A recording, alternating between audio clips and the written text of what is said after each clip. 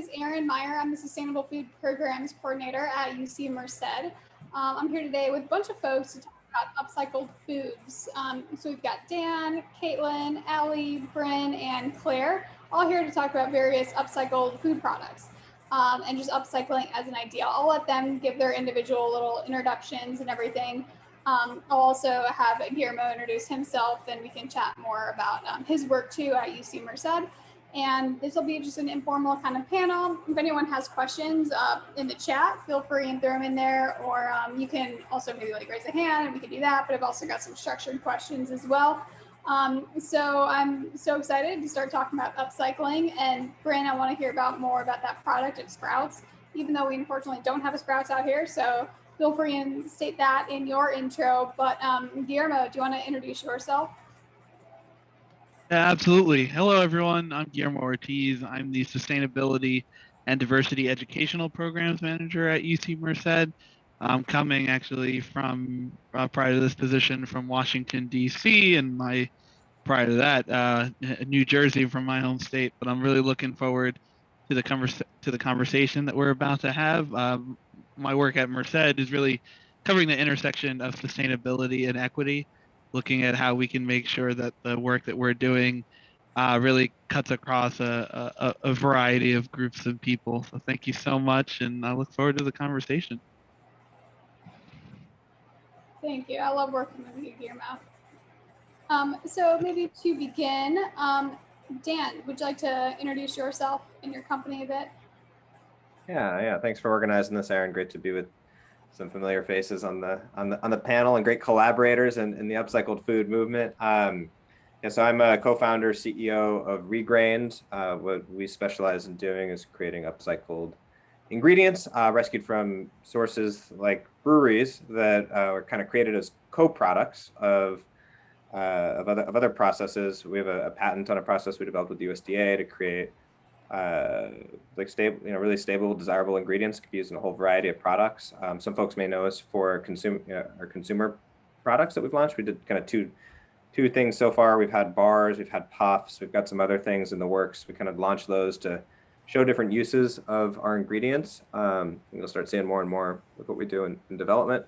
Also co-founder and board officer of the Upcycled Food Association, which I think everyone on the panel is a member of, and Renewal is also one of the co-founders of that, which we started like a year and a half ago with 7 or 8 companies, and now there's almost 200 member companies of the association. So we're seeing some really amazing growth with upcycled food, and interesting timing for this panel because in the middle of this month, open enrollment begins for the certification, actually. So products are going to start getting certified as being upcycled. So it's really exciting time for this opportunity to create food that reduces waste, feeds people. It's fun to talk about, and looking forward to being here. So thanks for having me. Yeah, and I wanted to talk all about the certification process and what that entails and why we have an association for this. But we can get into that. Allie, would you like to introduce yourself? Yep. I'm Aleh. I'm Aleh Manchuliantsau from Planetarians, and we came to what we are doing from the CPG state. So we were making nutritionally complete drinks and trying to optimize our costs. We stumbled a very interesting ingredient from the sunflower oil cake that instead of $5,000 I used to pay for the metric ton of soy protein, well, costed us just 200. So 5,000 and 200, get the order of the magnitude of the savings. But unfortunately, it was feed grade, and you cannot use it for human consumption. So we have to develop the technology to use it for our applications. And once we did it, we actually had a fork. Should we continue being a CPG company, and that means develop more and more applications, like for instance, Dan said, started from bars, now puffs and more, yes? Or we may want to pivot into the ingredient company and pass savings that we initially oversaw for ourselves to many other companies. And looking at the sustainability aspects, so we thought it would be more beneficial for the world if we pivot into the ingredient company. So we stopped our nutritionally complete drinks, changed the name to Planetarians, and our first product was flour, high protein, high fiber flour. We had some success with that, and we even scored the investment from Barilla, and Barilla helped us to make the beautiful pasta, but it was dark, almost black. So, and they, well, trying that, they didn't want to jeopardize their brand. So our flour did not fly. We increased that to protein concentrate to let it use in the meats, because meats are not that color sensitive, and prepared our burgers to showcase at Expo West in March last year, just to know that the show is canceled 2 days before it started. So that's another luck. Well, instead of crying in the corner, we decided okay, so since we are technology guys, maybe we can work a little bit more. And now we developed the meat, that's actually like a skewer, having only one ingredient. Not the long list of the ingredients as you might see on Beyond or Impossible Burgers Patties. That's just one ingredient. So, and we are about to launch them, these skewers here in San Francisco. So then, short story. So if it didn't work out with your upcycled ingredients from the first attempt, don't give up. Probably the future waiting for you right behind the corner. Yeah. Wow, inspirational story. I love that. Don't give up. All right, Breyn, would you like to introduce yourself? Sure. Yeah, hi everyone. My name is Breyn or Bree, and I am calling in from Bend, Oregon today. I work for Take Two. We're a company creating second chances for food, for people, and for the planet. Our first product to hit the shelves was and is a barley milk that we make from upcycled spent grain from beer brewing. And we turn it into delicious barley milk that is really an amazing, delicious, nourishing, plant-based, one-for-one replacement for dairy. So really fulfills kind of on the consumer side of things, this want and need for a plant-based milk that is not only delicious and performs in lattes and foams and froths like other kinds of plant-based milk and dairy milk, but really also has nourishment that is comparable to dairy. So it has protein from the spent grain, from the upcycled spent grain, and also other good nutrients and nutrition. So yeah, we've been on a mission for this last year and a half to help upcycle as much of the spent grain as we possibly can, and that's our mission going forward. Over 8 billion pounds of spent grain goes to waste every year. And that's actually probably a low estimate at this point, but it usually ends up going to either feed livestock or some of it ends up in landfills. And the beautiful thing about the spent grain is that, as Dan can also probably talk lots about as well, is that, what is used in the beer brewing process is the sugar, the carbs, the malt, or that's sort of like what is that part of the process. And so what's left over is actually protein and fiber.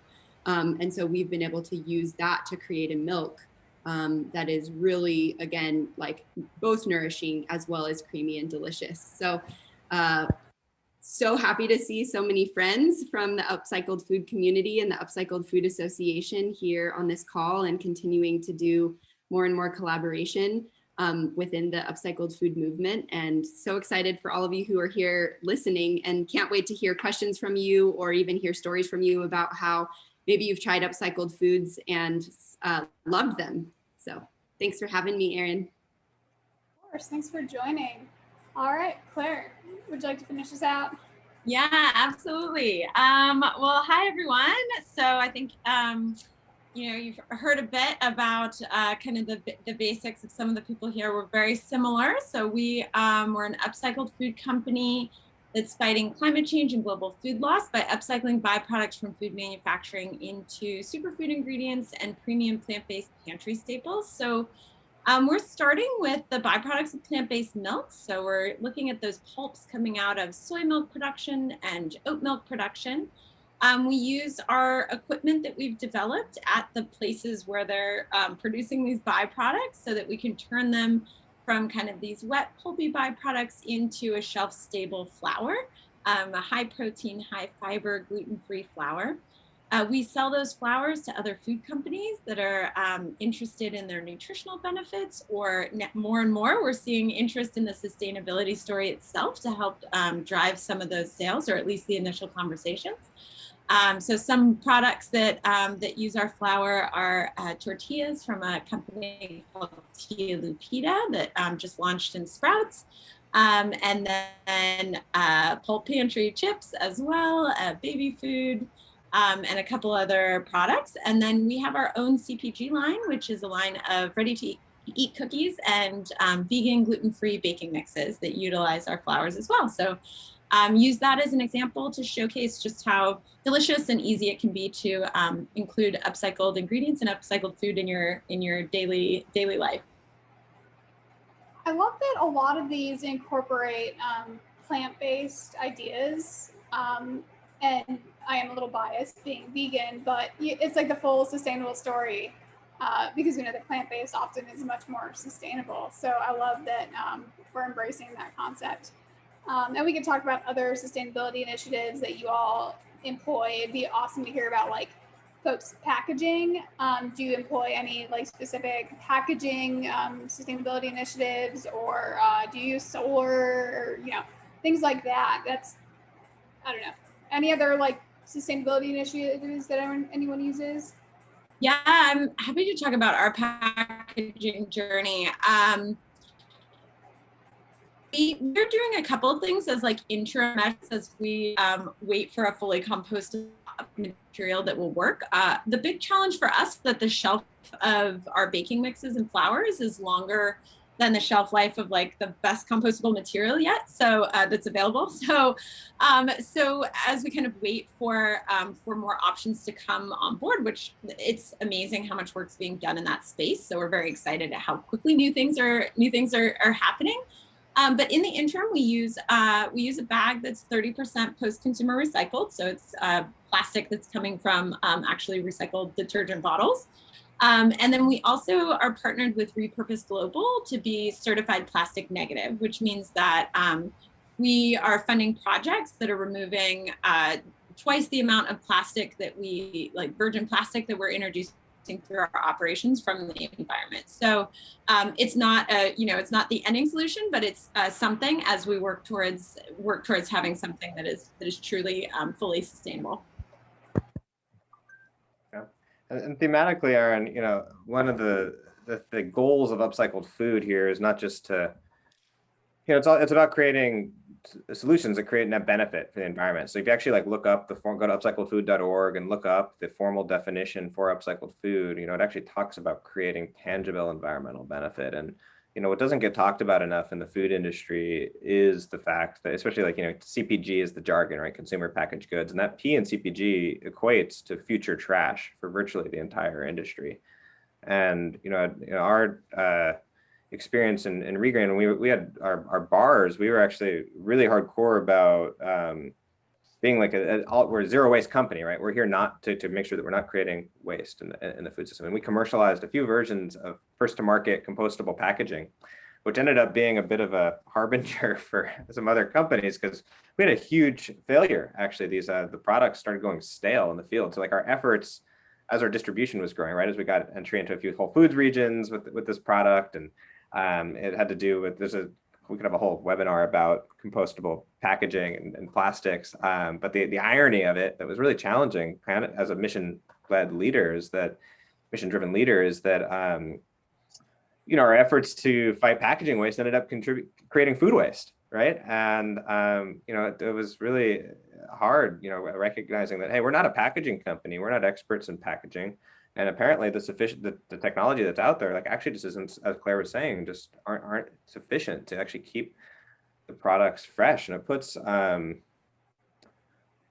of us are happy with it. You know, it's kind of like, as humanity, we figured out how to put a man on the moon, right? Like we should be able to figure out how to make plastic that goes away or package things differently. But it's a, you know, like the net impact of, every leader that you're going to find in the upcycled food movement cares deeply about creating net benefit. And, you know, packaging is one of those areas that I think we all, you know, like with Regrained, like we continue to support the development of it. You know, there's groups like OSC Squared and their packaging collaborative for people who want to kind of double click into that we're super actively involved in.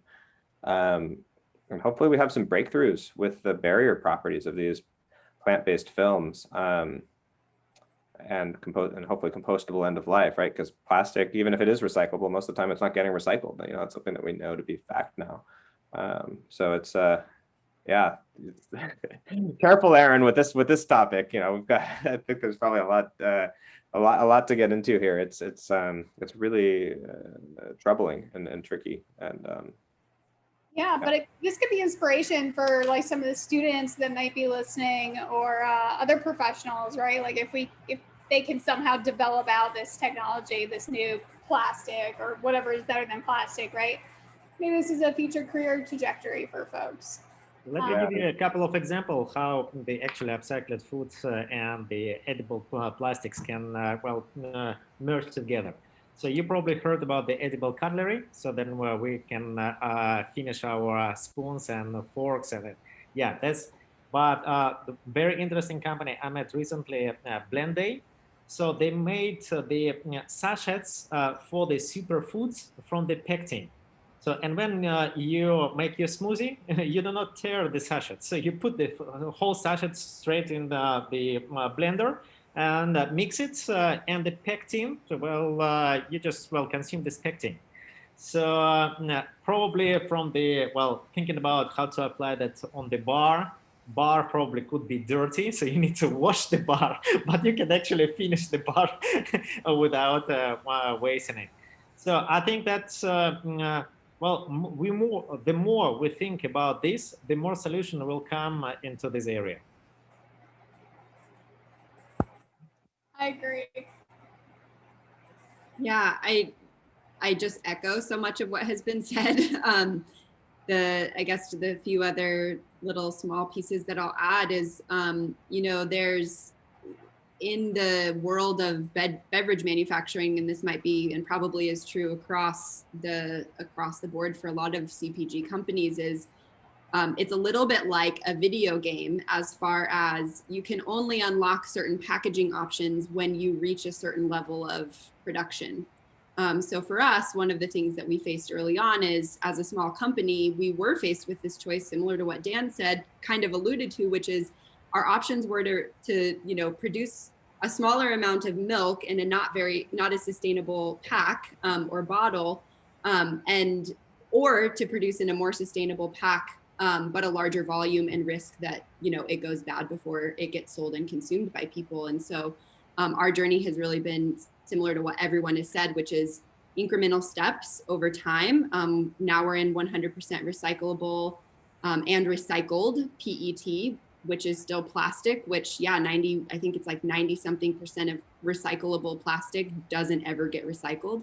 And so that still is hugely problematic. And, you know, again, from an incremental perspective, or like other solutions, we're looking at plastic offsetting, which has been named, and also looking to partner with and work with another packaging company for our shelf stable line of barley milk, a company called Tetra Pak, which most people are familiar with, even if you don't know it by name, because it's what most shelf-stable plant-based milk is, and lots of other coconut waters and different things are packaged in. And although they aren't the 100% solution either, because there's still challenges, they do have their own efforts to create more recyclability and more circular solutions themselves. So I love what Claire said, which is that the packaging question is really a journey, I think, for all of us. And I think we're all really beautifully intentioned. And there's some systemic things that actually are, you know, part of the blocks. I think as companies, we're making the best decisions we can. And then there's other things that, you know, come in our way of it.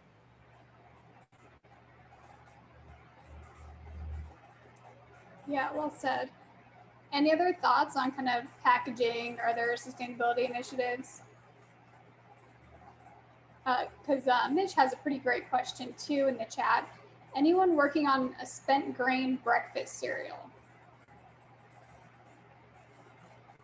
I responded to that in the chat. I mean, we've if you want to, I don't know if you've got aspirations to do breakfast cereal, but yeah, we have done R&D on cereals. A lot of what we're doing is coming up with and there's some similarities to some of the other folks on here. Like as an ingredient company, you know, we're basically putting these ingredients through the ringer to figure out all the different ways they can be used and should be used. Because of the high fiber content of a lot of upcycled ingredients, they are actually they do make really great breakfast cereals. And you know, with ours, you know, this artist formerly known as spent grain, as we call it, it actually expands really well through extrusion, which is how a lot of breakfast cereals are made. And it could be, but there's a few different ways to make breakfast cereal. But like, yeah, I guess the short answer would be yes, we've done it. It's super good. Would love for a company to kind of take it across the commercialization line. Yeah, Beerios, right? I don't know if you didn't come up with that name, but that's like I always wanted to come up with something called Beerios. I like that. I would try it. And then Mitch in the comments says, just think of all the college campuses that would want to purchase sustainable breakfast cereals for their operations. Totally. And he's a chef at UC Merced. So coming from him, I think that means there's an audience for it. We could serve it with Take Two milk, right? I was going to say, we don't have the cereal for you yet, but we have the milk. The circle of the bowl. Yeah. Awesome. All right, so everyone can put their questions in chat if they so feel the need. I'll get started with a couple of my random questions that I have. I guess to begin, this would be a better first question, but how do you define upcycled foods? Like in one sentence, what are upcycled foods? Would somebody like to read the UFA definition? I think that's that's probably the best place to start. And it's such a great question, Aaron, because that's exactly where we started with UFA, was like we need to define this and have some meaning behind it as we start to share this story and start to educate people about it. We need like a common definition. And it's certainly, I think what's sort of interesting about upcycled is that, you know, it's not a new concept, right? Like people have been upcycling since the beginning of time. So I think really what the innovation is and kind of what is exciting about the movement that's happening now is we're looking at taking a concept that's like very old, like don't waste what you have, you know, use everything that you have, and trying to find a way that we can apply that in a really broad, systematic way to our food system, which has become so linear that it's created just, you know, it's just creating billions of pounds of waste. And so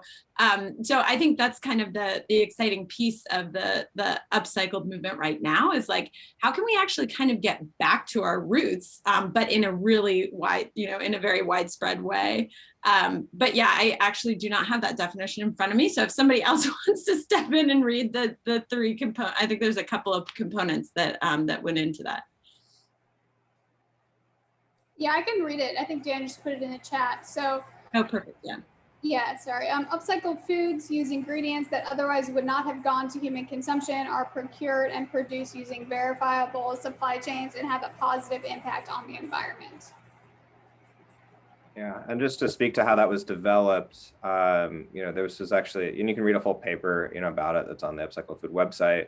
One of the partners in the Upcycled Food Association is Drexel University. They've been on the forefront of a lot of the consumer research from an academic angle, you know, around upcycled foods. You know, it was a multi-month process that involved a lot of stakeholders across sectors, so not just upcycled food companies, but you know, folks in the academic world, consumers, nonprofits.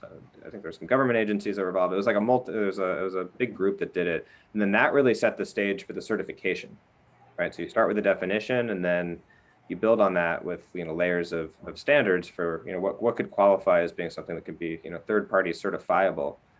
as upcycled. And like one of the questions that I like to throw out during this process, and people have different answers about it. It's like Claire was saying, upcycling is a super old idea, right? Classic example would be the baby carrots, right? They're not little tiny carrots that are grown and packaged as cute little carrots, right? They're cosmetically imperfect carrots that are that were shaved down to this kind of value added format, or like whey protein from cheese making, right? And now you've got whey producers where cheese is the byproduct. And so, one of my favorite questions is like, is a hot dog upcycled?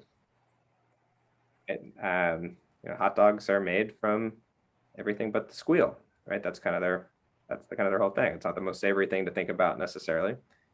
I think that's like that's kind of like old school upcycling in a sense, where it doesn't have that sustainability angle to it as much as what a lot of upcyclers today are trying to do, where we're really focused on creating new ingredients from those that were previously like slipping through the cracks of the food system, right? If you look at like the manufacturer's byproducts angle of upcycling, and then if you look at like the farm level surplus side, you used to have, canning grade, juicing grade, stuff that, that was like what would happen with things that were cosmetically imperfect. But now you've got like apples that are grown for juicing, right? And so what happens when there's then, an amount of apples that were grown for retail that aren't meeting the cosmetic specs of retail,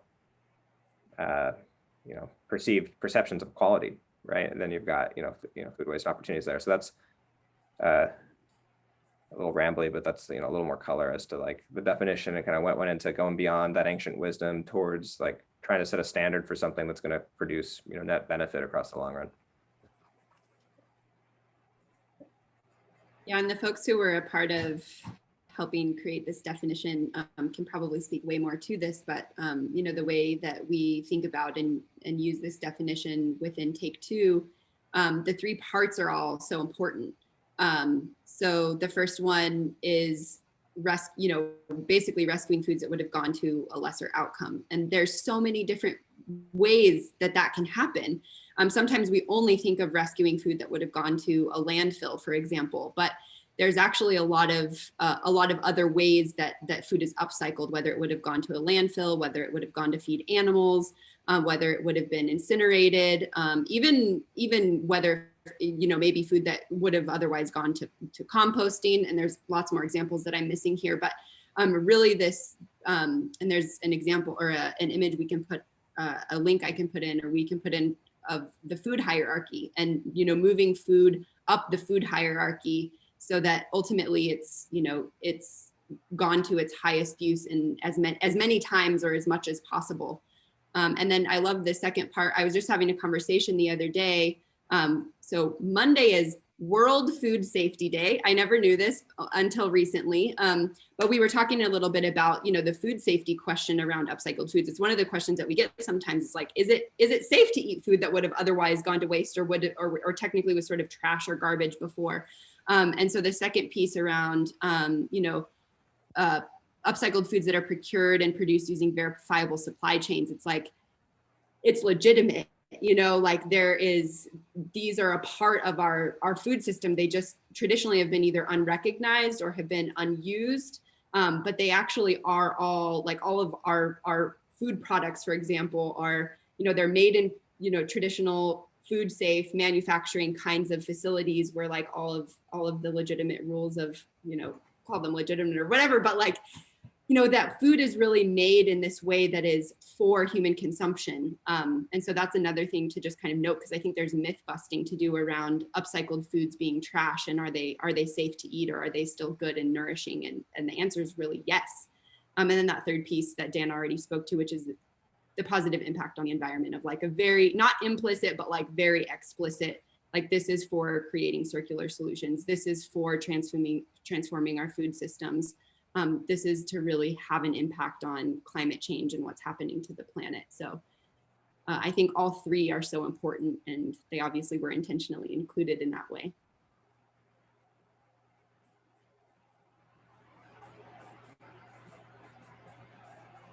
Great.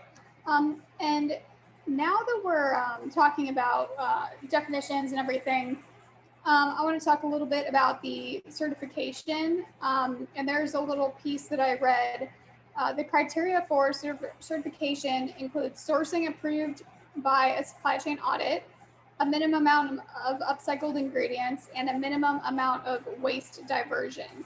So my question is, what are the minimums? So like, what is the minimum amount of upcycled ingredients, and what is the minimum amount of food waste diversion?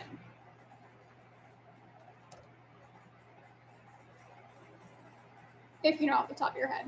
Yeah, no, I do. I'm happy to. I feel like I'm talking too much. Sorry, but for this topic, I was on the board support group for this this committee. You know, so just so you guys know that the certification standard was done by a third party. There was like 18 individuals that kind of came together to put this through, and then the Upcycled Food Association is working with Where Food Comes From, who's a really prominent certifier of food products to actually execute, you know, the operations of the, you know, the certification itself.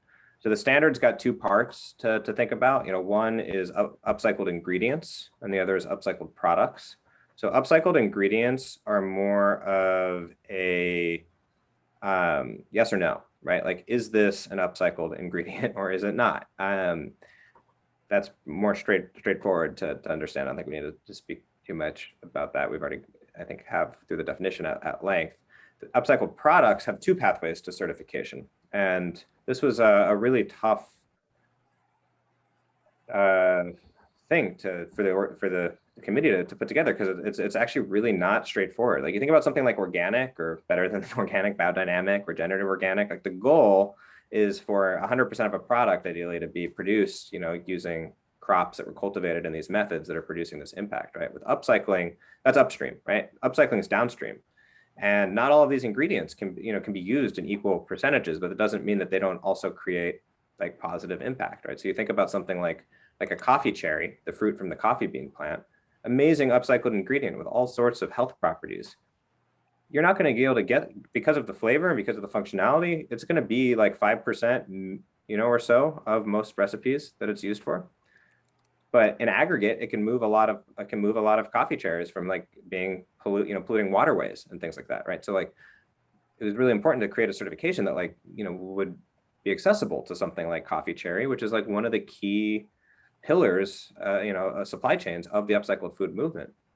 You've got ingredients like what Regrained and Renewal are working on that, can be used, depending on the application, more than 50%, some of the time. Or if you're looking at like,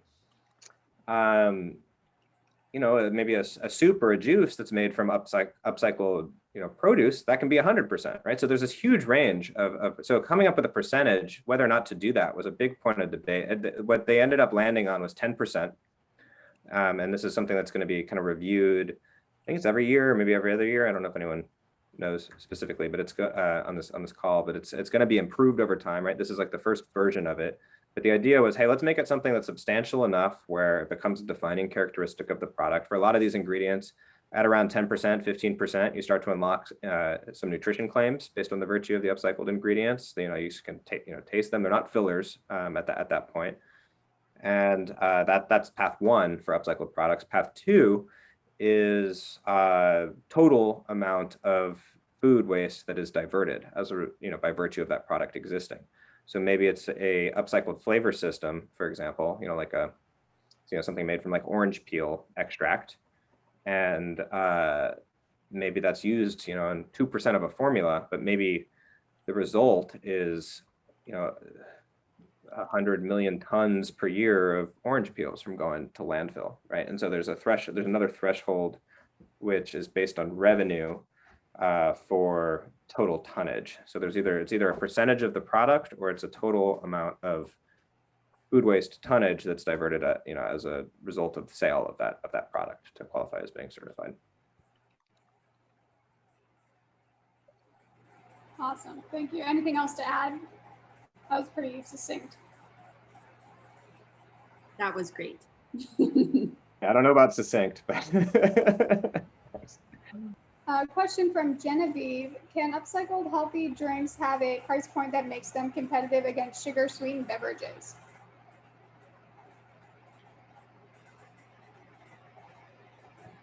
Yeah, I think this is such a great question, one that we're very much inside of. you know, in our experience, well, maybe just sort of really broadly speaking, I think healthy, you know, organic and healthy foods, organic foods, fresh foods.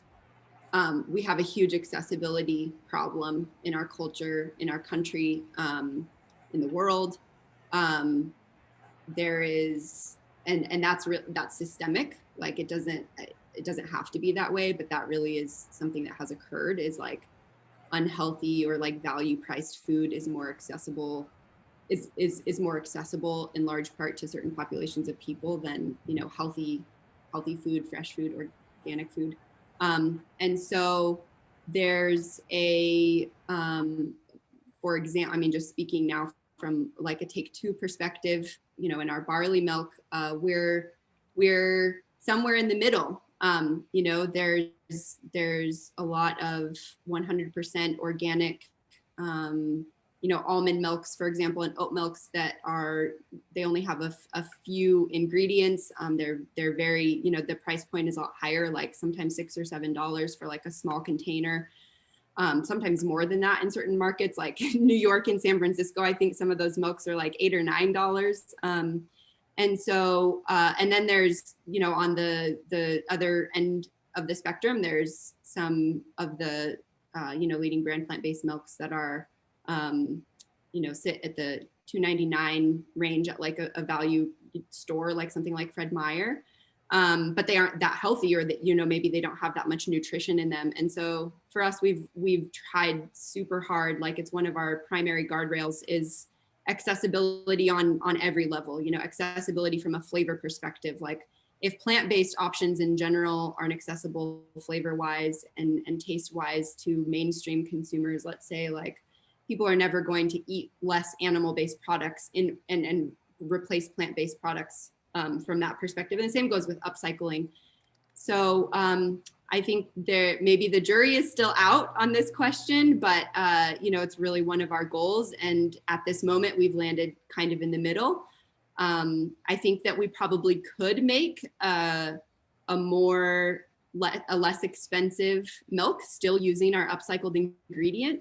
It just, you know, the question would be, how do we not risk other aspects of the values that we hold when it comes to how we source things and our supply chain, from both a human perspective as well as an environmental perspective? Like, how do we not risk those things in order to like source more cheaply? And so at this moment, like I said, we've landed somewhere in the middle, but this is such a great question, Genevieve.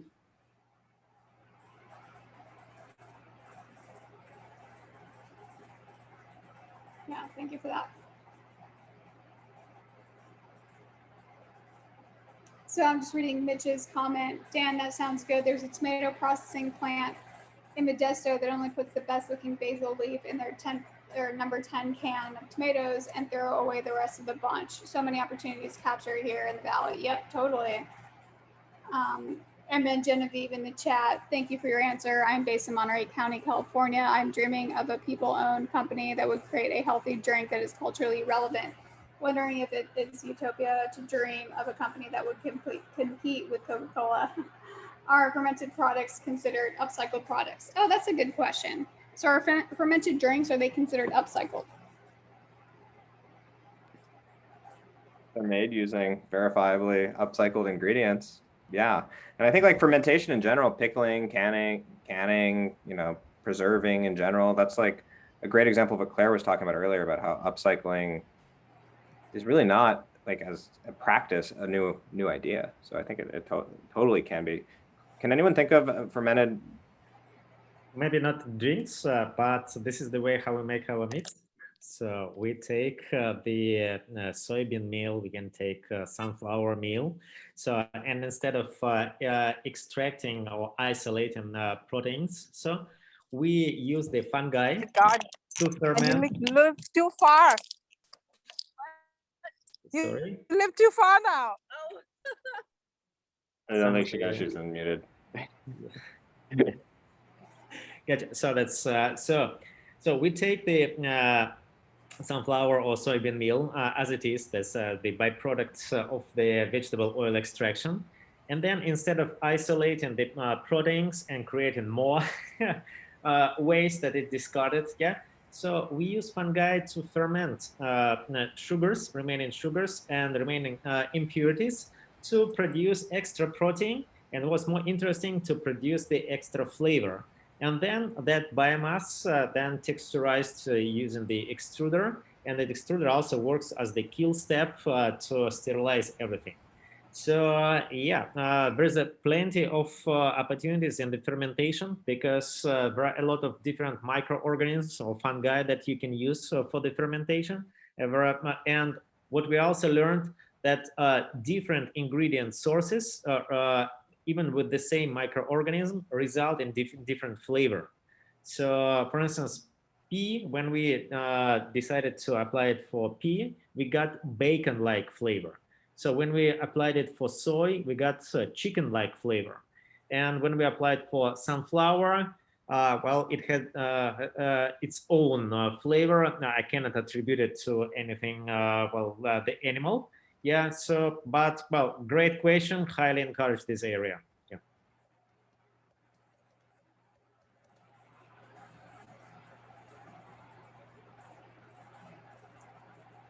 Hey, Mitch, do you want to show us your hat?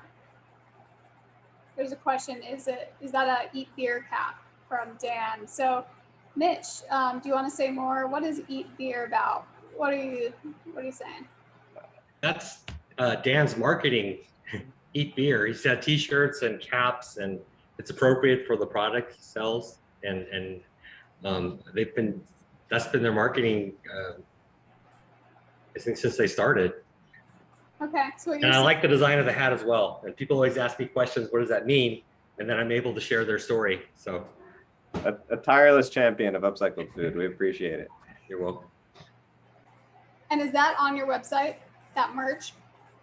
Used to be. We're not selling it as much anymore. But if anyone wants one, hit me up. I think we probably still have some. Yeah, great hat. Sounds like we should bring it back. Yeah. Gerardo says, what are the main challenges you are currently facing as an industry, and where do you see this industry in 10 years?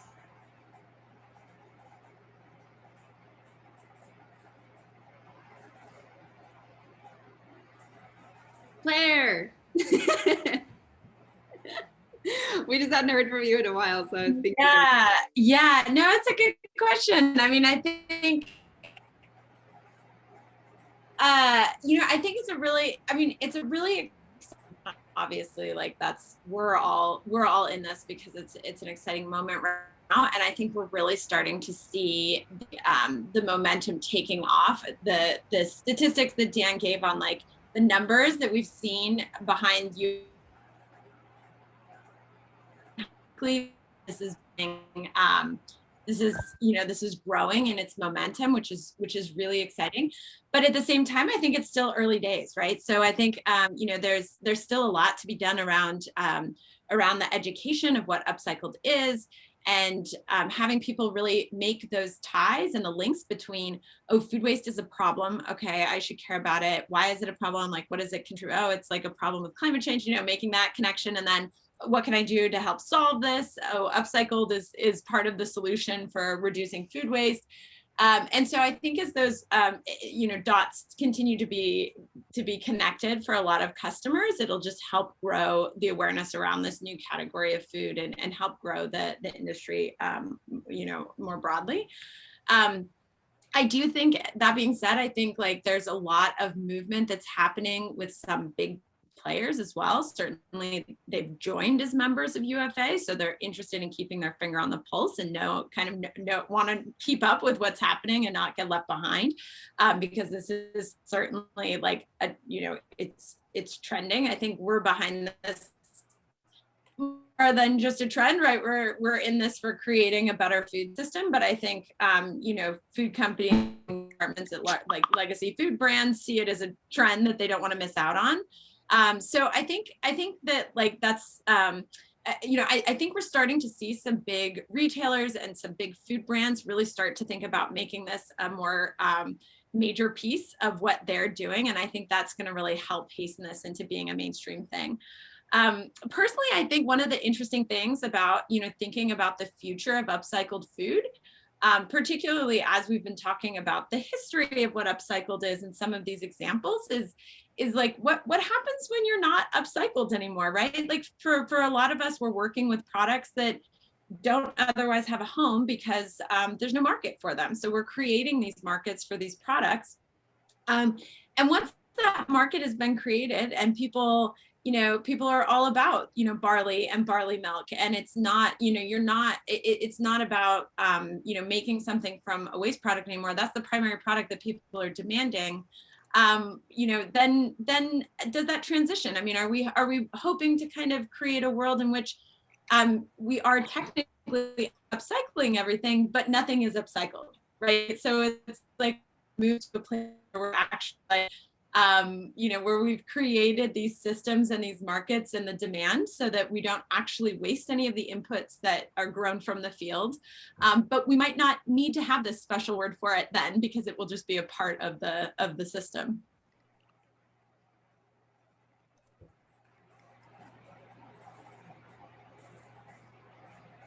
That's a beautiful dream.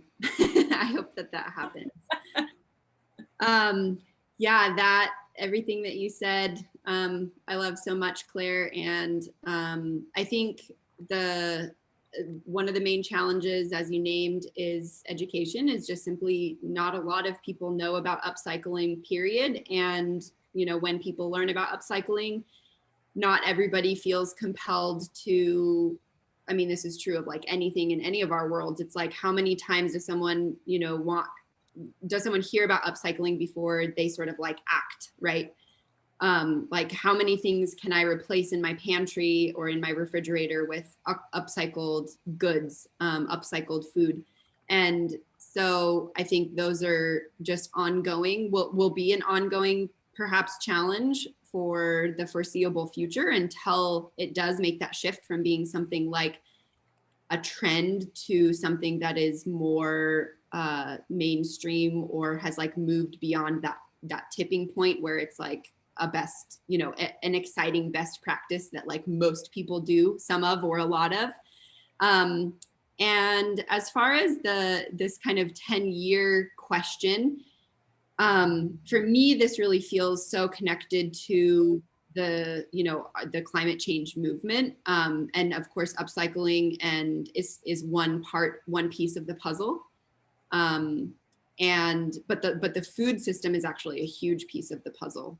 The food system is contributing so much to climate change and is contributing so much to some of the challenges that we're facing. So in 10 years, not only do I hope that upcycling has grown and has tipped into being, a mainstream and best practice for most consumers everywhere, but that as a global community that we've really like faced squarely what we're facing and, looked at reality and what is occurring and made tremendous moves to do something different.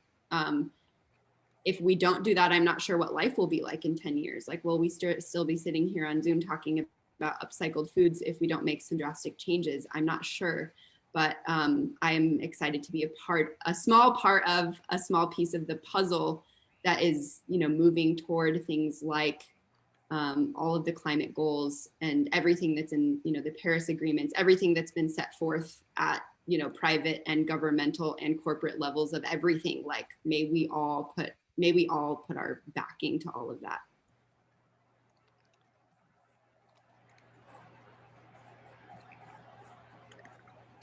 Awesome. There's a lot there that resonates with me, from climate change to the Paris Agreement. So thank you for that. Are there any questions in the chat? I've got a couple of burning ones I want to ask, but I want to make sure. Follow-up question from Gerardo. How has COVID impacted your businesses, and are there lessons that you can share? Great question.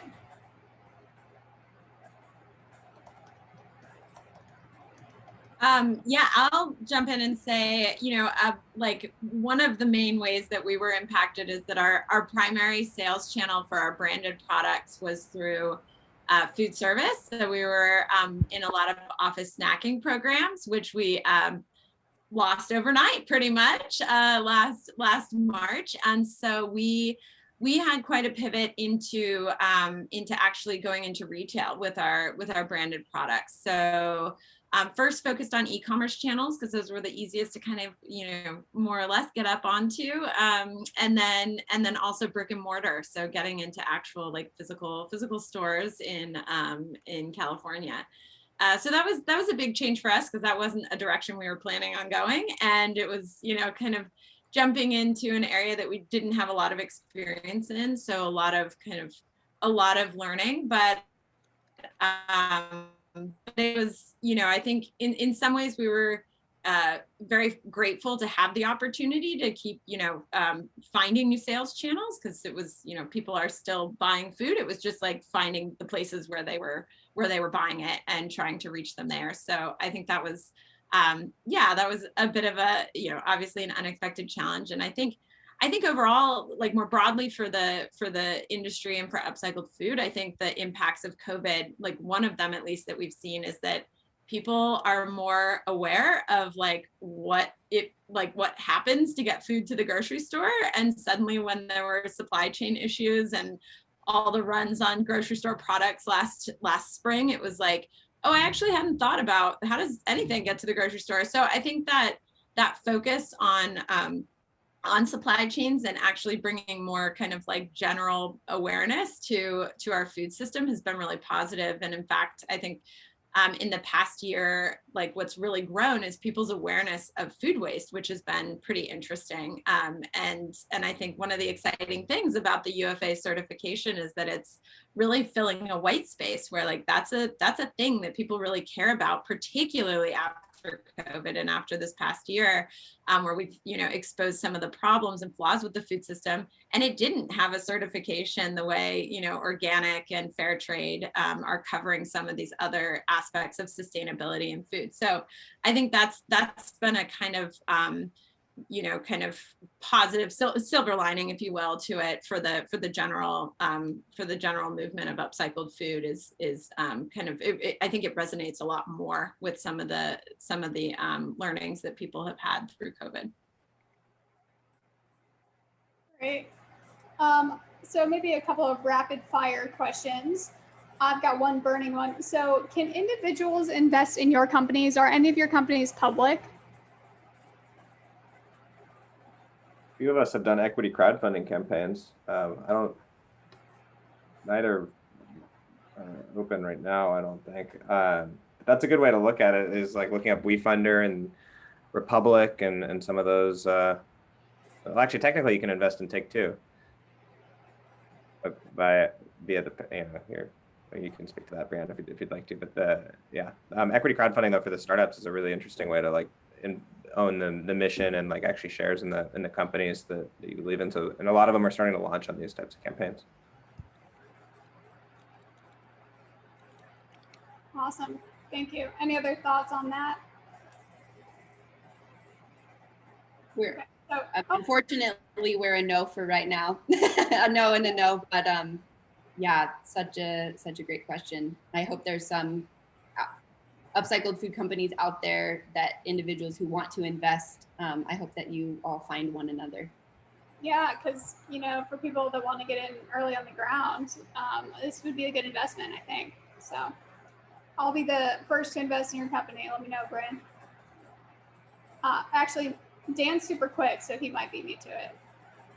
And then there's a study or a little bit from a study that I want to read and get your insights on real quick. I know that we're running close to time, but a 2021 study published in the journal Food and Nutrition Sciences shows that 80% of consumers, once educated about upcycled foods, say that they would seek upcycled food purchases.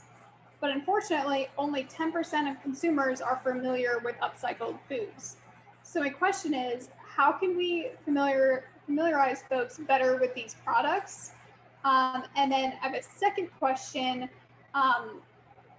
do you think there might be some fear from people, like, because there's 20% of consumers that would not eat those products?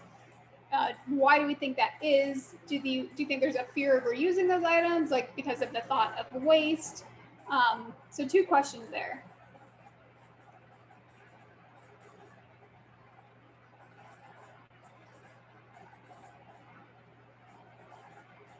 Should I repeat the first one?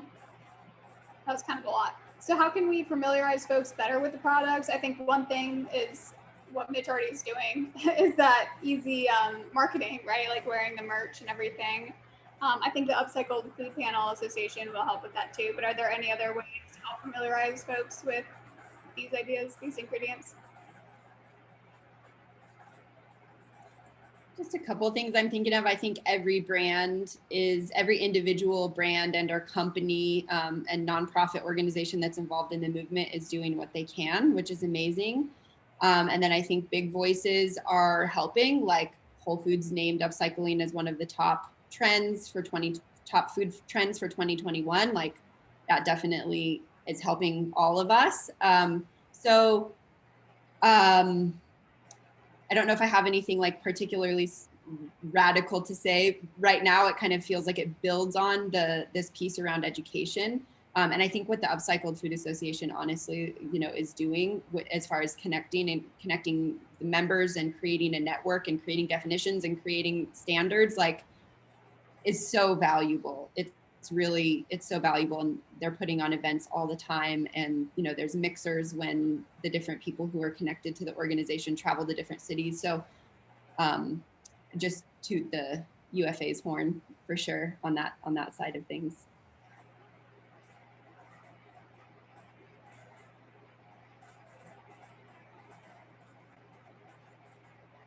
Cool. Any ideas on why that 20% might not want to buy upcycled foods?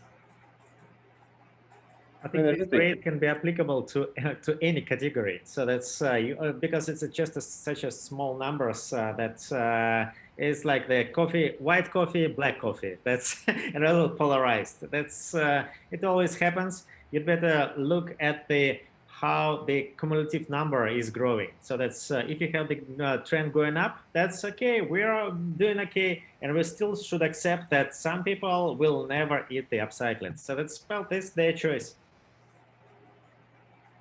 Yeah, the other thing that I comment, on with this is that it's like, with upcycled food, it doesn't need to always be the reason for purchase too. There's a lot that goes into the reason for purchase, and answering surveys and and whatnot, and like, I think with a lot of these products, some will always use upcycling as like the top of the hierarchy as as a reason to buy, and you might get different answers to surveys, but whether or not they know what upcycled foods are, or what they're evolving understanding of what that word even means. But like, those people might be buying products that they think taste great or are better for the planet, and they happen to be upcycled, right? And that contributes to the same positive, outcome too. So I think, like, in terms of what we can all do, it's continuing to deepen our understanding of, like, where our food comes from and how things are processed, and like how the food system actually works, right? And what we can be doing to improve it through the choices that we make every day, by eating. And I think through that kind of intellectual inquiry, we're gonna just inherently over time continue to improve. I just hope we do it fast enough.